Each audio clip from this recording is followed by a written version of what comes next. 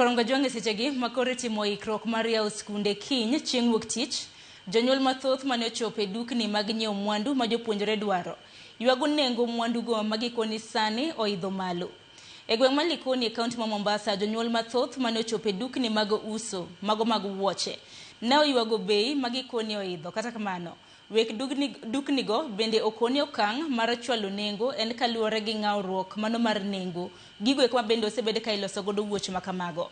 Jonyuol mane oloso godo koni ne ochuno gi nyiepo kata bedo ni nengo ni malo ka gikoni kopogre kod wuoche, nengo buge, uniform kaachiel kod gik mamoko ma jopuonjre dhi godo e sikul bende omedore.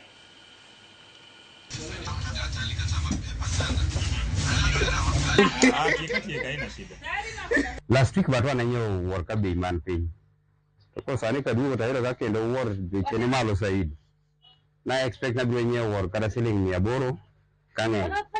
Ayudo ka sani gona wuor 1500. Sasa nashinda kiatu kizuri yenye naweza valisha mtoto apendeze akuwe smart aende shuleni unaambiwa ni 1500. Hiyo ni kiatu peke yake. Bagi hujanunua, bagi ni 1000 pia na 500.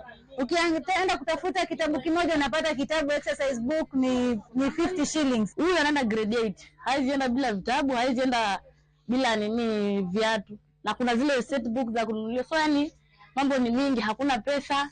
Kazi zenyewe ndio hizo, barua zetu wa mama ndio hizo zimeisha. Kwa mwana waju uso gige school, imeni mwaka mzima wabedo kwa rito.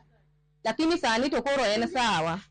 Koro customer huyu ndio kalalamika ni wa uso bei matek ang'o lakini wambe uso bei matek kaluwore gi material ni malo, wambe gik monyiewo ni malo. Luwore kod material kama ende obewa medo matin kidogo.